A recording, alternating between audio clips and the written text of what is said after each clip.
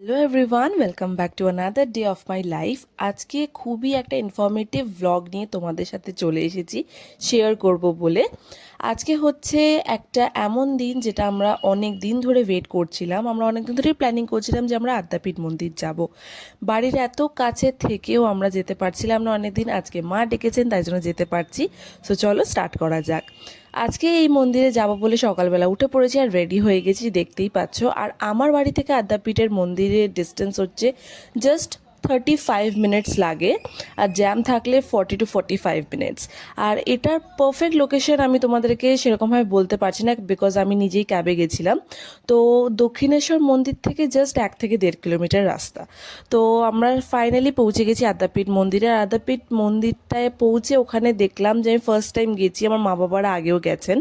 তো ওখানে হচ্ছে একটা জায়গায় তোমরা দাঁড়াতে পারো, একটা বড় জায়গা আছে যেখানে তোমরা দাঁড়াবে, আর সামনে আছে মন্দির যেখানে তোমরা মাকে দাঁড়িয়ে দেখতে পারো, বসতেও পারো ওখানে।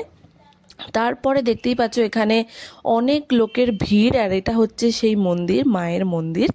আর আমরা আরতির সময়টা গেছিলাম, আরতি খুব ভালো করে দেখেছি, মাকেও খুব ভালো করে দেখেছি। আর তারপরে আশপাশটা একটু ভালো করে এক্সপ্লোর করছিলাম। আর এখন আমরা চলে গিয়েছিলাম ভোগ যেখানে খাওয়ানো হয়।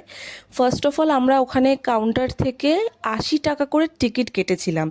ভোগের কুপনের দাম হচ্ছে 80 টাকা, সেটা তোমরা কেটে নিতে পারো। তারপরে তোমরা এই হল ঘরটায় বসে খাওয়ানো হয়। তো ভোগ খাওয়ানোর স্টার্টিং টাইম হচ্ছে 11:45 থেকে দুপুর 1টা অবধি। আই রিপিট, 11:45 থেকে দুপুর 1টা অবধি খাওয়ানো চলে। সো আমরা একদম 11:45-এ ওখানে, আমাদের তার আগেই সব হয়ে গেছিলো পুজো। তারপর আমরা চলে গেছিলাম এই ভোগ খাওয়ানোর বড় হল ঘরটায়। এরকম সিস্টেম আছে চেয়ার অ্যান্ড টেবিল করে। তো দেখতেই পাচ্ছ প্রথমেই দিয়ে দিয়েছে প্লেট, জলের গ্লাস, আর প্রথমে দিয়ে দিয়েছিল পোলাও, তারপরে দিয়েছিল আমাদের একটা চপ, তারপরে দিয়েছিল, আর পোলাওটা হচ্ছে মায়ের একদম ভোগ যেটা মা খান।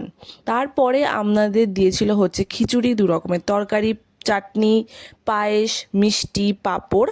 আর তোমরা আনলিমিটেড বার নিতে পারো খিচুড়ি, তরকারি, পায়েস, চাটনি, বাট চপটা আর পোলাওটা তোমরা একবারই পাবে।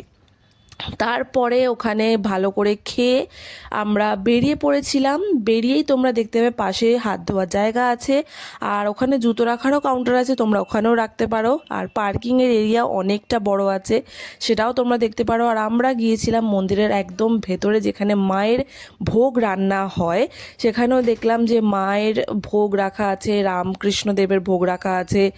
আর এইটা আমরা দেখে খুবই নিজেদেরকে ধন্য মনে করেছি। খুবই ভালোভাবে আমরা ওখানে ভিজিট করেছি, মায়ের মন্দিরও ভিজিট করেছি। তোমরাও অবশ্যই এখানে গিয়ে ভিজিট করো।